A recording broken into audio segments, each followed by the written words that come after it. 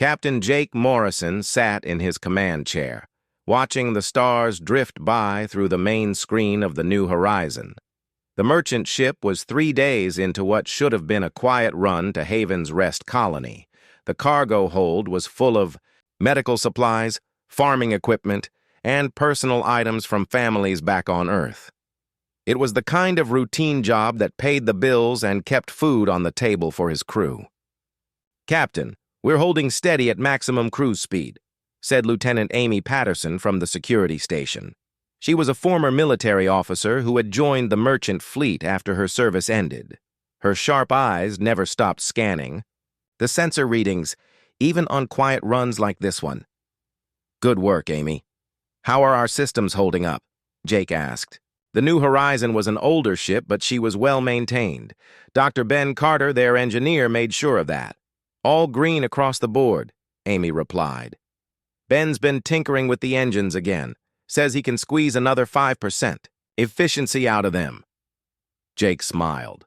Ben Carter had been with the ship for 6 years. The man could make any machine work better than it was designed to. He had a gift for finding solutions that shouldn't work but somehow did. From the communications station, Lucy Grant looked up from her screens.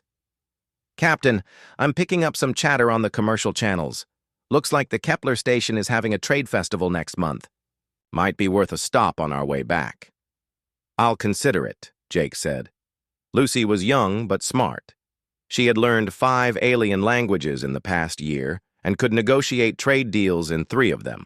The crew often joked that she could talk her way out of anything. The bridge was quiet except for the gentle hum of the ship's systems. Jake had been running cargo ships for 15 years, and he knew that peaceful moments like this were precious. Space was dangerous, but most of the time it was also boring. Long stretches of nothing but empty space and the distant light of stars. "Captain," Amy's voice cut through the calm. Her tone had changed. "I'm reading 12 ships dropping out of hyperspace, dead ahead." Jake sat up straight. 12 ships was a lot. "Friendly?" Amy's fingers flew over her controls. "Negative. They're not responding to standard identification requests. Ship design matches Krillian raiders." Jake felt his stomach drop. The Krillians were bad news. They were a warrior race that believed strength was the only thing that mattered. Their raiders attacked merchant ships and took whatever they wanted. Most species just surrendered when they showed up because fighting them was usually hopeless. "How many ships did you say?" Jake asked. 12. All of them bigger than us. They're moving to surround us." Ben Carter's voice came over the intercom from the engine room. "Captain, I'm reading massive energy signatures out there. Whatever they are, they're packing serious firepower." Jake stood up and walked to Amy's station. The sensor display showed 12 red dots arranged in a perfect attack formation around the New Horizon. Each dot represented a ship that could probably destroy them with a few good hits. "Lucy, send out a distress signal," Jake ordered. "Already on it, Captain. But we're pretty far from any help. The nearest human patrol is at least 6 hours away." "Captain," Amy said quietly. "They're trying to contact us." Jake nodded. "Put them through." The main screen changed from stars to the face of an alien. It was clearly Krillian. Gray skin, red eyes, and bony ridges across the forehead. The alien wore military armor decorated with battle honors. "Human vessel," the Krillian said in accented English. "This is War Chief Zextar of the Krillian Raider Fleet. You will surrender your ship and cargo immediately. Comply, and your deaths will be quick." Jake looked at the alien's face. He had seen that look before. Zextar was completely confident. He expected the humans to give up without a fight, just like every other species did when faced with overwhelming odds. "Negative," Jake said simply. "This is a human vessel, and we don't surrender." The Krillian's red eyes widened slightly. He had clearly expected instant compliance. "You have 1 ship against 12. Surrender now, or we will take your ship by force." "You're welcome to try," Jake replied. He cut the transmission before the Krillian could respond. Amy was already moving to the weapons station. "Captain, I'm bringing defensive systems online, but we're still badly outgunned." "I know," Jake said. "Ben, how fast can you get us moving?" "Fast enough," Ben's voice crackled over the intercom. "But Captain, I've been working on some modifications. If we're going to fight, I can give us some advantages they won't expect." "Do it," Jake ordered. Lucy looked up from her station. "Captain, should I keep broadcasting our position?" Jake thought for a moment. Standard procedure was to send a distress call and hope help arrived in time. But 6 hours was a long time to stay alive against 12 enemy ships. "Keep broadcasting," he said finally. "But don't just call for help. Tell them what's happening here. Tell them the Krillians attacked a human ship." Amy's hands moved across her controls. "Captain, they're powering up weapons, multiple missile locks." "Evasive maneuvers," Jake ordered, moving back to his command chair. "All hands, this is the captain. We are under attack by hostile forces. This is not a drill. All crew to emergency stations." The ship's alarm began sounding. Throughout the New Horizon, the crew moved to their assigned positions. These were good people: engineers, medics, cargo handlers, and navigators. None of them were soldiers, but all of them were human. Ben's voice came over the intercom again. "Captain, I'm rerouting power from non-essential systems. We've got reinforced armor plating from the mining equipment, and I can convert some of our cargo handling systems into weapons." "Weapons?" Jake asked. "The cargo movers have powerful magnetic fields. I can reverse the polarity and turn them into railguns. Won't be pretty, but they'll pack a punch." Amy looked up from her station. "Captain, incoming missiles. 12 of them." Jake gripped his chair. "Point defense systems online. Lucy, keep broadcasting. Tell everyone what's happening here." The New Horizon shook as the point defense systems opened fire. Small explosions lit up the space around the ship as interceptor. Missiles met the incoming attack. Most of the enemy missiles were destroyed, but 3 got through. The ship rocked hard to starboard as the missiles impacted the hull. Emergency lights flashed, and Jake could hear the sound of atmosphere venting from somewhere in the lower decks. "Damage report," he called out. "Hull breach on deck 3, Amy reported. "Emergency bulkheads are holding. We've lost some cargo space, but the main systems are intact." Ben's voice was strained, but determined. "Captain, I've got those railguns online, and I'm pushing the engines past their safety limits. We can dance with these guys for a while." Jake looked at the tactical display. 12 enemy ships were closing in on them from all sides. The smart thing to do would be to surrender. The safe thing would be to give up and hope the Krillians were feeling merciful. But Jake Morrison had been born on Earth, in a small town, in Kansas. His grandfather had been a farmer who never backed down from a challenge. His father had been a soldier who believed that some things were worth fighting for. And Jake had spent 15 years in space learning that the universe was full of bullies who only respected strength. "All stations, prepare for combat," he announced. "Amy, target their lead ship. Ben, give me everything those engines have got. Lucy, make sure that broadcast reaches every human in the sector. Let them know that the New Horizon is not going down without a fight." The Krillian ships were moving into attack formation. War Chief Zextar had probably done this hundreds of times before. Hit a merchant ship, demand surrender, take the cargo, and move on. It was simple and efficient. But Zextar had never fought humans before. He was about to learn that humans had a habit of making simple things very complicated. The New Horizon turned toward the nearest enemy ship, her improvised weapons charging and her crew ready for battle. Jake Morrison had told the truth. They didn't surrender. And in a few minutes, 12 Krillian raiders were going to find out exactly what that meant. The New Horizon's first shot took War Chief Zextar completely by surprise. Ben Carter's improvised railgun fired a chunk of metal at nearly the speed of light, punching through the shields of the nearest Krillian ship like they weren't even there. The enemy vessel staggered, venting atmosphere and debris. Direct hit, Amy reported with satisfaction. Their port weapons are offline. Jake felt a moment of pride in his crew. They were merchants and traders, not soldiers. But they were, fighting like veterans. Ben, how are those engines holding up? Better than they should, Ben's voice came back from engineering. I've got the reactor running at 115%. The safety systems are screaming at me, but we're still in one piece. The New Horizons spun and twisted through space as Jake pushed the ship through maneuvers that should have been impossible for a cargo vessel. The Krillian ships were faster and more heavily armed, but they were also bigger and less agile. Jake used every trick he had learned in 15 years of flying to keep them alive. Lucy, are you still broadcasting? He called out. Every frequency I can find, Lucy replied. I'm sending out our position, the enemy ship count, and a full tactical analysis. If any human ships are in range, they'll know exactly what we're facing. Another spread of missiles came at them from 3 different directions. Amy's point defense systems worked overtime, filling space with defensive fire. Most of the missiles died in bright flashes, but 2 got through and slammed into the ship's starboard side. The bridge shook hard enough to throw everyone against their seats.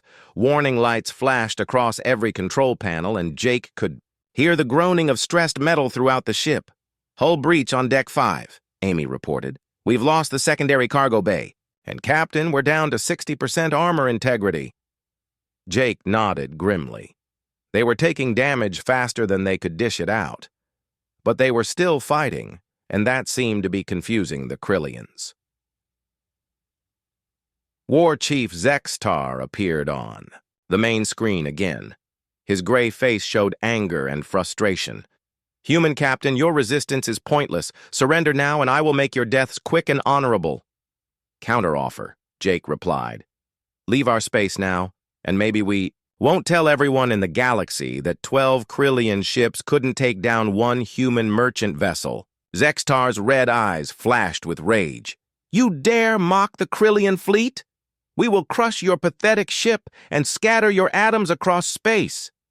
You're welcome to keep trying, Jake said, and cut the transmission again. Ben's voice crackled over the intercom. Captain, I've got an idea. These Krillian ships are built for straight-up fights. Big guns, heavy armor, lots of power. But they're not designed for what we're doing. What do you mean? We're not fighting them like a military ship would. We're fighting them like merchants, using cargo equipment as weapons, rerouting civilian systems for combat use, pushing everything past its limits. Their targeting computers probably don't know how to handle it. Jake was beginning to understand. You're saying we're unpredictable because we're not following standard combat procedures. Exactly. Military ships have rules and regulations. We're making it up as we go along. Amy looked up from her station. Captain, I'm reading something interesting. The lead Krillian ship is hanging back while the others attack. I think Zextar is trying to figure out what we're doing. Then let's give him something new to think about, Jake said. Ben, can you overload one of our cargo containers? Which one? The one full of mining explosives. There was a pause. Captain, that's dangerous, even by my standards. Can you do it? Give me 2 minutes. Jake turned the New Horizon toward the nearest group of Krillian ships. They were moving in a standard attack formation, just like their military manuals probably taught them. Predictable and efficient. Amy, I need you to target their engines, not their weapons. Their engines? That's not standard combat doctrine. Exactly, Jake said with a grin. They'll expect us to go for their guns, hit their engines instead. The New Horizon dove toward 3 Krillian ships that were trying to box them in. Amy's railguns fired in quick succession, sending chunks of metal streaking toward the enemy vessels. 2 of the shots connected, and both Krillian ships suddenly found themselves drifting without power. Their engines are down, Amy reported. They're dead in space. Ben, how's that overload coming? Ready when you are, Captain, but you need to get us at least 5 kilometers away before I detonate it. Jake saw his opportunity. The New Horizon was passing close to another Krillian ship, one that was trying to get a missile lock on them. Lucy, open a channel to that ship. Channel open, Captain. Attention Krillian vessel, Jake broadcast. You have something that belongs to us. The alien captain appeared on screen, looking confused. What are you talking about, human? Jake smiled. That cargo container we just tractored onto your hull. The Krillian's eyes went wide. He turned to his crew and started shouting in his own language, but it was too late. Ben, do it now, Jake ordered. The explosion lit up space like a small star. The mining explosives had been designed to blast through solid rock, and they had. No trouble at all tearing through the hull of a Krillian raider. The enemy ship came apart in a brilliant flash of fire and metal. The remaining Krillian ships stopped their attack and pulled back. Jake could imagine what their captains were thinking. This was supposed to be a simple raid against a helpless merchant ship. Instead, they had lost 3 vessels and were facing an enemy that fought like nothing they had ever seen before. Captain, Lucy said quietly, I'm getting responses to our broadcasts. What kind of responses? Lucy's face was pale but excited. Ships, Captain. Lots of ships. They're coming from all over the sector. Jake felt something stir in his chest, something warm and fierce and proud. How many ships? I count at least 30 so far. More are reporting in every minute. Military vessels, merchant ships, even some civilian craft. They're all heading for our coordinates. Amy looked up from her station. Captain, the Krillians are regrouping. It looks like they're getting ready for another attack run. Let them come, Jake said. Ben, how are our systems holding up? We're running on spare parts and determination at this point, Ben replied. But I've got a few more tricks if we need them. Jake looked at the tactical display. 9 Krillian ships were still functional, and they were forming up for what looked like a coordinated assault. But now there were other contacts on the screen too. Dozens of them, all heading toward the new horizon at maximum speed. War Chief Zextar appeared on the main screen one more time. His gray face was twisted with anger and confusion. What have you done, human? What we always do, Jake replied calmly. We called our friends. This was supposed to be a simple raid. 1 ship against 12. Jake shook his head. You made a mistake, Zextar. You didn't attack just 1 ship. You attacked a human ship. That means you attacked all of us. Zextar's red eyes narrowed. Your reinforcements are still hours away. We will finish you before they arrive. Maybe, Jake admitted. But they'll finish you right after. Is it worth it? For the first time, the Krillian leader looked uncertain. This was not how raids were supposed to go. His ship should have taken the cargo and been gone by now. Instead, he was looking at a battle that could cost him his entire fleet. But Zextar was a warrior, and warriors did not back down. Attack formation, he ordered his ships. All vessels, concentrate fire on the human ship. End this now. The 9 remaining Krillian ships moved toward the new horizon. Their weapons powered up, and Jake could see missiles being loaded into their launchers. This was going to be the big one. Everything they had left. All hands, prepare for heavy fire, Jake announced over the ship's intercom. This might get rough. Amy's fingers flew over her controls. Captain, I've got weapons locks on 6 different ships. We can't target them all. Then we make every shot count, Jake said. Ben, give me everything we've got. Captain, Lucy said suddenly, I'm reading a hyperspace signature. Big one. Jake felt hope flare in his chest. Our reinforcements? Lucy checked her readings twice. No, sir, it's too early. But, Captain, it's definitely human. The space in front of the new horizon suddenly tore open as a ship dropped out of hyperspace. It was sleek and fast, with the clean lines of a human military vessel. Jake recognized the design immediately. It was a patrol cruiser, the kind that kept the shipping lanes safe. New Horizon, this is Commander Ryan Brooks of the HSV Defiant. We received your broadcast. Are you still operational? Jake felt a weight lift from his shoulders. They weren't alone anymore. Defiant, this is Captain Morrison of the New Horizon. We're still here, but we're pretty beat up. And we've got 9 very angry Krillian raiders who want to finish what they started. Copy that, New Horizon. We'll take it from here. But Jake shook his head, even though Brooks couldn't see him. Negative, Commander. This is our fight, too. We started it, and we're going to finish it. There was a pause. Then Brooks's voice came back with something that might have been respect. Understood, Captain. Let's show these raiders what happens when they mess with human ships. The HSV Defiant was not alone. Within minutes of its arrival, space around the New Horizon began filling with human ships. They came from every direction: military patrol vessels, merchant ships like Jake's own, research vessels, even a few, private yachts whose owners had heard Lucy's broadcast and decided to help. Commander Ryan Brooks coordinated the growing fleet from his bridge. His voice carried across all frequencies, calm and professional. All vessels, this is Defiant Actual. Form up on the New Horizon. Civilian ships to the rear, military vessels take point positions. Jake watched the tactical display with amazement. There were over 50 human ships now, and more were arriving every few minutes. Ships that had been days away from each other were dropping out of hyperspace in perfect formation, as if they had planned this meeting for months. Captain Morrison, Brooks's voice came over a private channel. What's your ship's status? We're hurt but still fighting, Jake replied. My engineer has kept us running on miracles and spare parts. My security chief has been making every shot count. And my communications officer has been making sure the whole galaxy knows what happened here. Good. We'll need your ship's sensor logs for the official report. But first, we need to deal with your Krillian problem. War Chief Zextar was no longer looking confident. His 9 ships now faced a human fleet that outnumbered them 6-1, but he was still a Krillian warrior, and retreat was not in his vocabulary.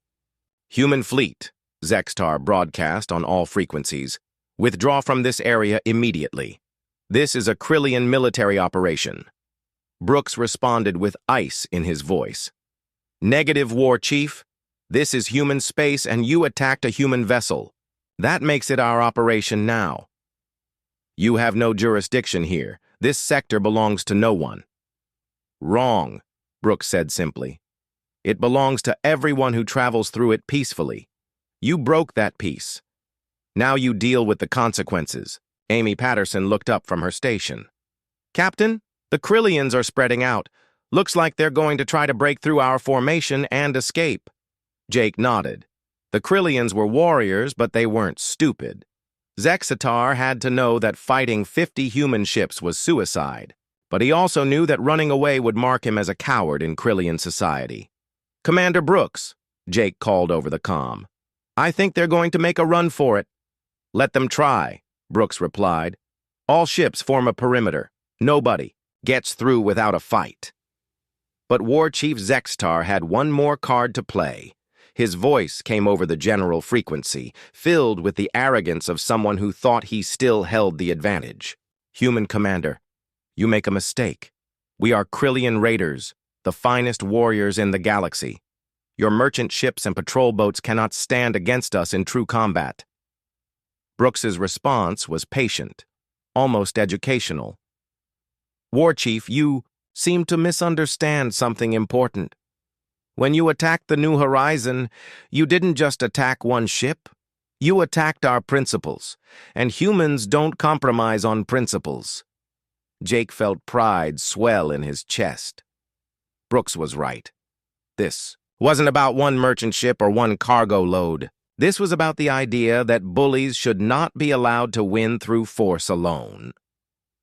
Dr. Ben Carter's voice came over the New Horizons intercom. Captain, I'm reading some interesting energy signatures from our new friends. These aren't just patrol boats and merchants. Some of these ships are packing serious military hardware. Lucy looked up from her communications station. Captain, I'm getting messages from ships throughout the fleet. A lot of these crews have personal reasons for being here. What kind of reasons? The captain of the merchant vessel Golden Eagle says Krillian raiders hit his ship 2 years ago. The crew of the research ship Deep Space says they lost friends to a Krillian attack. And Captain, the military ships aren't just from our sector. Some of them came from clear across human space. Jake was beginning to understand the magnitude of what was happening. This wasn't just a rescue operation. It was a statement. 50 human ships from dozens of different systems had dropped everything to come to the aid of one merchant vessel. They had come not because they expected reward or glory, but because it was the right thing to do. War Chief Zextar was beginning to understand it too. His ships had formed a tight formation, weapons powered and ready, but they were surrounded by human vessels that showed no intention of letting them leave peacefully. "Commander Brooks," Zextar said, his voice tight with barely controlled anger. "What are your terms?" "Simple," Brooks replied. "Surrender your weapons and submit to escort out of this sector. Agree to pay reparations for the damage done to the New Horizon, and give us your word that Krillian raiders will not attack human vessels again." "Impossible. Krillian warriors do not surrender." "Then Krillian warriors die here," Brooks said matter-of-factly. "Your choice, War Chief." Jake could see the Krillians' dilemma. Zextar was trapped between his warrior culture and the reality of facing a human fleet that clearly meant business. But Jake also knew something about Krillian psychology from his years in space. Warriors respected strength, but they also respected honor. "Commander Brooks," Jake said over the comm, "request permission to address the Krillian commander." "Permission? Granted." "Captain Morrison." Jake opened a channel to Zextar. "War Chief, you called this a military operation, but it wasn't. It was simple piracy. You attacked a merchant ship carrying medical supplies to a colony. Where's the honor in that?" Zextar's red eyes flashed with anger. "Humans have no understanding of honor." "Wrong again," Jake replied. "We understand it perfectly. Honor means protecting those who can't protect themselves. Honor means standing up to bullies. Honor means that when someone attacks one of ours, all of us respond." Jake gestured toward the tactical display, though he knew Zextar couldn't see it. "Look around you, War Chief. 50 ships came to help one merchant vessel. They didn't come for profit. They didn't come for territory. They came because it was right." For the first time, the Krillian leader seemed uncertain. His warrior culture valued strength above all else, but what he was seeing challenged everything he believed about human weakness. Amy Patterson had been monitoring Krillian communications. "Captain, I'm picking up chatter between their ships. Some of the Krillian captains are questioning Zextar's leadership." That was interesting. Krillian military structure was based on absolute obedience to superior officers. If lower-ranking captains were questioning their war chief, it meant the situation was even worse than Jake had thought. Commander Brooks seemed to sense the same thing. "War Chief Zextar, your captains are losing confidence in your leadership. End this now, before you lose more ships and more warriors." But Zextar was a proud warrior who had never backed down from a fight. "Krillian fleet, attack formation. All ships, target the largest human vessels. Show them the power of Krillian warriors." The 9 Krillian ships spread out and charged toward the human fleet. Their weapons lit up space with energy blasts and missile trails. But they were facing odds that no amount of warrior spirit could overcome. The human fleet responded with devastating precision. Military vessels engaged the Krillian ships directly, while merchant vessels provided support fire and rescue operations. Jake watched as the battle unfolded, seeing tactics and coordination that shouldn't have been possible with ships from dozens of different systems. "How are they doing that?" he asked Amy. "Real-time coordination through quantum communications," Amy replied. "Every ship is sharing targeting data and tactical information instantly.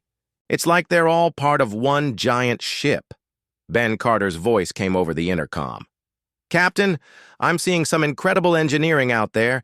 These human ships are adapting their systems in real time, just like we did. It's like the whole fleet is learning from our fight."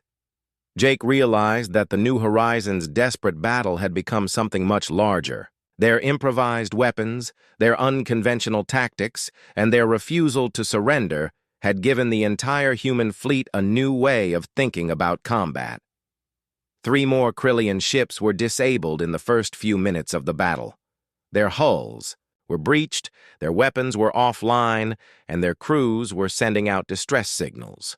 But the human fleet didn't finish them off. Instead, they moved to rescue the Krillian survivors. War Chief Zextar watched in disbelief as human ships risked enemy fire to save the crews of ships that had been trying to kill them just moments before. It was behavior that made no sense according to Krillian military doctrine. "Why?" he broadcast on all frequencies. "Why do you save warriors who would have killed you?" Commander Brooks answered for the entire fleet. "Because that's what humans do, War Chief. We fight when we have to, but we don't let people die when we can save them." Jake could see that Zextar was struggling to understand. The Krillian had expected a battle between warriors that would end in victory for the strong and death for the weak. Instead, he was witnessing something that challenged everything he believed about the nature of conflict. The remaining 6 Krillian ships were now completely surrounded. Their weapons were depleted, their shields were failing, and their war chief was learning that human mercy could be more devastating than human weapons. "Surrender," Brooks broadcast. "This ends now, one way or another." War Chief Zextar's remaining ships were trapped in the center of the human fleet. 6 Krillian vessels faced 50 human ships in a circle that left no escape route. The aliens' weapons were nearly depleted, their shields were failing, and their crews were exhausted from a battle that had gone on far longer than any raid should. But Zextar was still a Krillian warrior, and warriors did not surrender easily.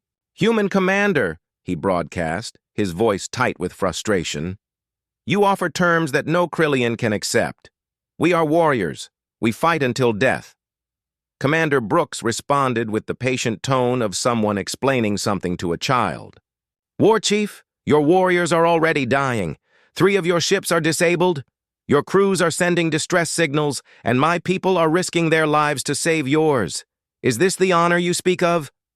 Jake Morrison watched the tactical display from the bridge of the New Horizon. His ship was still badly damaged, with hull breaches and failing systems throughout. But they were alive, and they had proven something important. One human merchant vessel had held off 12 Krillian raiders long enough for help to arrive. "Captain," Amy Patterson reported, "I'm reading massive structural damage on the lead Krillian ship. Their hull is failing." Jake could see it on the sensors. Zextar's command vessel was venting atmosphere and debris. The ship had taken severe damage during the battle, and it was clear that it wouldn't last much longer without help. Dr. Ben Carter's voice came over the intercom. "Captain, I'm monitoring their engineering frequencies. Their reactor is becoming unstable. If it goes critical, it could take out half their fleet." That changed everything. If Zextar's ship exploded, it would kill not only the Krillian crew, but potentially damage nearby human vessels as well.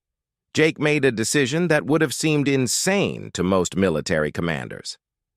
"Commander Brooks," he called over the comm, "the New Horizon is moving to assist the Krillian command ship." "Negative, Captain Morrison. Your ship is too damaged for rescue operations." "With respect, Commander, this isn't about military protocol. It's about doing what's right." Jake turned to his crew. "Amy, plot a course to the Krillian command ship. Ben, get our tractor beam online. Lucy, open a channel to Zextar." His crew moved without question. They had been through hell together, and they trusted their captain's judgment completely. The New Horizon limped toward the failing Krillian vessel, her hull scarred and her systems held together by determination and spare parts. Other human ships moved to provide cover, but Jake knew this was something he had to do himself. "War Chief Zextar," he broadcast. "This is Captain Morrison of the New Horizon. Your reactor is going critical.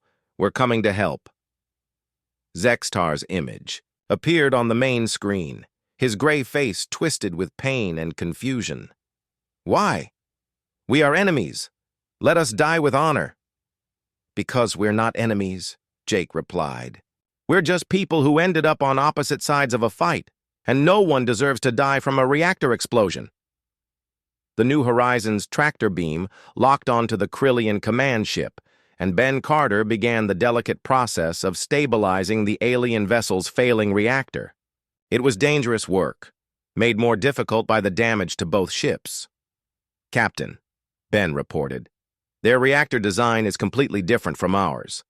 I'm having to guess at most of these procedures. Can you do it? Give me 5 minutes and a lot of luck. Jake could hear the strain in Ben's voice. The engineer was working with alien technology while his own ship was falling apart around him. But if anyone could pull off a miracle, it was Ben Carter. War Chief Zextar watched in silence as human engineers risked their lives to save his ship. His red eyes showed emotions that Jake couldn't read, but it was clear that the Krillian leader was struggling with concepts that didn't fit his worldview. "Human captain," Zextar said quietly, "I do not understand you." "What don't you understand?" "We attacked your ship. We tried to kill your crew. We would have taken your cargo and left you to die in space. Why do you help us?" Jake thought about the question. It was a good one, and it deserved an honest answer. "Because that's not who we are," he said finally. "Humans fight when we have to. We defend ourselves and protect others, but we don't let people die when we can prevent it." "Even enemies?" "Especially enemies. It's easy to help your friends. Helping someone who tried to hurt you, that takes real strength." Ben's voice interrupted their conversation. "Captain, I've got their reactor stabilized, but barely. They need to get to a repair facility soon, or it's going to go critical again." Commander Brooks had been monitoring the situation. "Captain Morrison, we'll escort the Krillian ships to the nearest neutral station for repairs, but War Chief, this is your last chance to end this peacefully." Zextar looked around at his bridge crew. They were young Krillian warriors who had expected an easy raid and instead found themselves in a battle that challenged everything they believed about strength and honor. "Human commander," Zextar said slowly, "what are your terms?" "The same. As before, surrender your weapons, accept escort out of this sector, and agree to reparations for the damage done to the New Horizon. But we're adding one more condition." "What condition?" "Your word that this ends here. No revenge attacks, no coming back with a bigger fleet. This is finished." Jake could see the internal struggle on Zextar's face. The Krillian warrior culture demanded vengeance for defeat. But the war chief had also witnessed something that didn't fit into his understanding of how the universe worked. "Captain Morrison," Zextar said, turning to address Jake directly, "you saved my ship and my crew. Why?" "Because it was the right thing to do. And if our positions were reversed, if your ship was failing and mine was intact?" Jake met the alien's red eyes without flinching. "I'd hope you would do the same thing." Zextar was quiet for a long moment. Around him, his bridge crew waited for orders. Throughout the human fleet, 50 ships held position, ready for whatever came next. Finally, the Krillian war chief spoke. "Human fleet, this is War Chief Zextar. My ships will power down weapons and submit to escort. We accept your terms." The relief on the human ships was obvious. Jake could hear cheers over the comm channels as crews realized the battle was finally over. But he also knew that this was about more than just one fight. Lucy Grant looked up from her communications station. "Captain, I'm getting messages from all over the sector. News of the battle is spreading fast." "What kind of messages?" "Ships, reporting that Krillian raiders in other systems are withdrawing from attacks. Colonies saying that alien pirates are backing off from planned raids. It's like word is spreading that humans aren't easy targets anymore." Amy Patterson was monitoring military frequencies.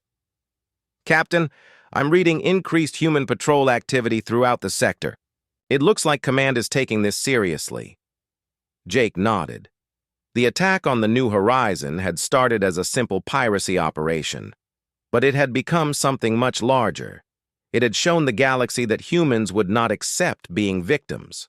More importantly, it had shown that humanity would respond as one when any human was threatened. Commander Brooks's voice came over the comm. "All ships, excellent work. Captain Morrison, your crew's actions today were exemplary. You held off superior forces long enough for help to arrive, and you showed mercy to defeated enemies. That's the kind of behavior that makes me proud to serve alongside civilians." War Chief Zextar requested a private channel with Jake. When the connection was established, the Krillian leader's voice was different, less arrogant, more thoughtful. "Captain Morrison, I must ask you something. Your species, humans, are you all like this?" "Like what?" "Willing to fight impossible odds for principle. Willing to risk your lives to save enemies. Willing to come from across the galaxy to help." "One ship." Jake considered the question. "Not all of us, no. But enough of us. When it matters, when principles are at stake, yes. We stand together." "This changes things," Zextar said quietly. "My people will need to understand what happened. Here today." "What will you tell them?" "The truth. That we attacked what we thought was one weak ship and discovered it was connected to an entire species that refuses to be victims. The Krillian ships were beginning to move toward the escort formation that would take them to a neutral repair station. Their weapons were powered down, their shields were lowered, and their crews were learning hard lessons about the cost of underestimating human determination. Dr. Ben Carter's voice came over the New Horizons intercom. "Captain, we need to get to a shipyard soon. I've held this ship together with spare parts and prayers, but we need proper repairs." Jake looked around his bridge. The bulkheads were scarred from weapon impacts, the control panels flickered with failing systems, and he could still hear the sound of atmosphere leaking from damaged sections. But they had won. More importantly, they had proven that humans would not be pushed around by anyone. "Set course for Haven's Rest," Jake ordered. "We still have a cargo delivery to make." Amy looked at him with surprise. "Captain, the ship is barely holding together." Jake smiled. "Then we'd better hurry. Those colonists are counting on those medical supplies, and the New Horizon has never failed to complete a delivery." After the call ended, Jake walked back to the observation deck where Ambassador Velthara was still watching the repairs. Ben and Lucy joined them, and the four of them stood in silence for a while. "Ambassador," Jake said eventually, "you said, the Council doesn't understand what happened, but I think you do understand. You're just not sure what to do about it." Velthara nodded slowly. "Captain, the Galactic Council has maintained peace for over 2 centuries by ensuring that no single species becomes too powerful. We balance competing interests and prevent conflicts through careful diplomacy. And now we have a species that has demonstrated the ability to project power anywhere in the galaxy within hours, not through military might alone, but through the voluntary cooperation of civilian populations. That changes everything." Jake looked out at the New Horizon, her hull scarred but her spirit unbroken. "Ambassador, I can tell you exactly what humans want from the galaxy." "What?" "To be left alone to live our lives, help our friends, and explore the universe. We don't want to conquer anyone or control anything. We just want to make sure that bullies can't push people around. And if some